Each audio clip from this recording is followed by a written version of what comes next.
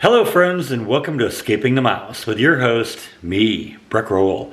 Alright, going to give you a little bit more of an update on my mom. I got a chance to talk to her a little bit last night after I got home from work. That was really the first time I've been able to talk to her since she went in for her surgery a few days ago. And I guess when she came out of the surgery, she was a little groggy. They had originally thought during the surgery that she could potentially have had a stroke. It turns out that that was nothing, and they were, like I said, they were a little concerned about the CO2 coming out of her lungs initially, and they kept her on a breathing tube for the first night.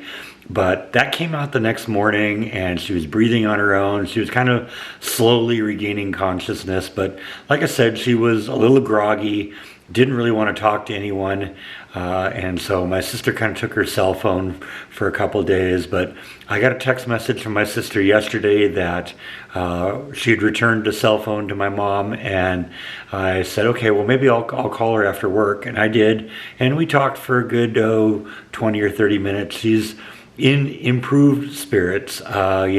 These things kind of get her down a little bit. I think she kind of remembers the final year of my father's life where he was in the hospital more than he was out. That's been this way with my mom too. It's been a really rough year.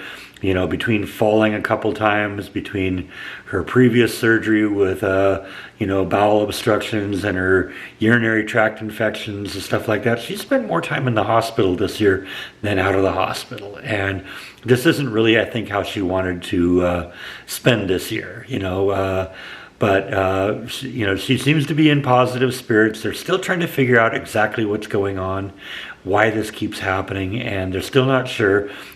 Basically, they went in the same incision site that they did a few months ago. I was actually joking with my mom, telling her that they had to just install a zipper and make it a little bit easier to do this. And we got a good laugh out of that. But she basically said, like I said, they went in the same incision site.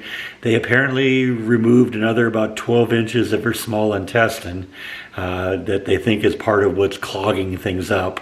And we're just kind of in a waiting game right now. She's not really eating yet. She was, as of last night, still in ICU. They thought maybe they were going to let her, return her to a normal room last night, but decided at the last minute, I think, that they weren't going to do that yet. They're still kind of looking at some of the tests, trying to figure out what's going on. But my understanding is she was supposed to get back into a normal room today. So that does mean that she's improving. She was kind of happy in ICU because she and two other patients had the whole ward to themselves, and so she had a room all to herself.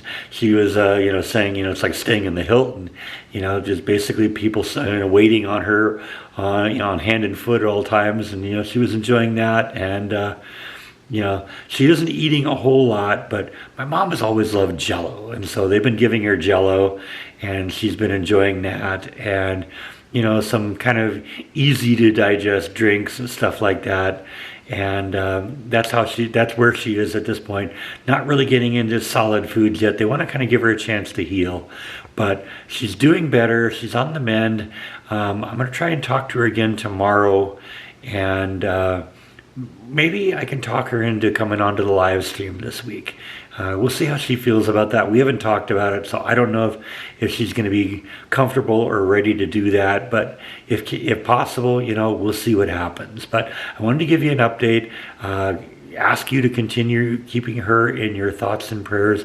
I know she appreciates it. I told her, that you've been leaving her comments, wishing her well, hoping she gets better, keeping her in your prayers and all. So please keep that up. It definitely is appreciated, and it's helping keep your spirits up, and that's really important right now. So I think that's all I have for tonight's report. Thank you as always for watching. Thank you for your continued support for me and my mother, and I'll see you next time on Escaping the Mouse. Good night.